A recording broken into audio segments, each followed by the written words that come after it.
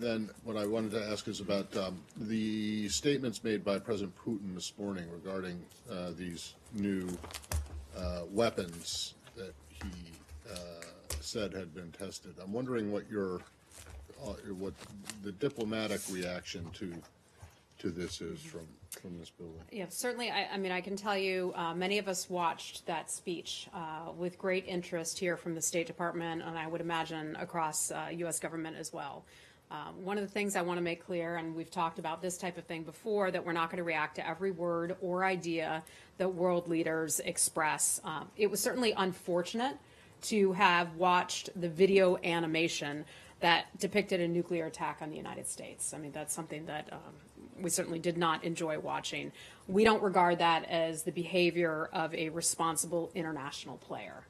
So I just want to make that very clear. We just don't consider it to be responsible. So you are reacting to you say you're not going to react to, but you feel you feel compelled in this case. Compelled to say, look, we saw it, and we don't think it's responsible. We don't think that kind of imagery, seeing the portrayal in a cheesy video of that kind of attack being conducted on the United States as being a responsible action. Go ahead. You responded to the broadcast of an animation, correct, which is, after all, a cartoon, but not to the substance, which is Russian claims of having new weapon systems that could threaten the United States.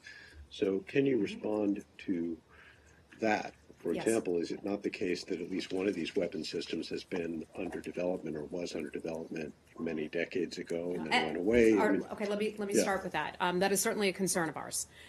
President Putin has confirmed what the United States government has known for a long time, that Russia has denied prior to this, that Russia has been developing destabilizing weapon systems for more than a decade in direct violation of its treaty obligations. President Trump understands the threats facing America and our allies in this century and is determined to protect our homeland and preserve peace through strength. U.S. defense capabilities are and will remain second to none.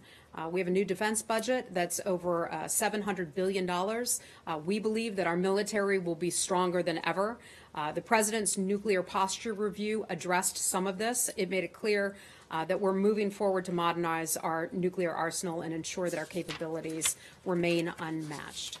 Can you read the first sentence again, which I didn't quite understand? Yeah. Sorry, what? Can you read the first sentence again, which I didn't understand? President Putin has confirmed what the United States government has long known, but which Russia has denied previously. Russia has been developing destabilizing weapons systems for more than a decade in direct violation of its treaty obligations. And which treaties is it violating? Some of these that are not in compliance would be the INF treaties. That's an area of particular concern to us.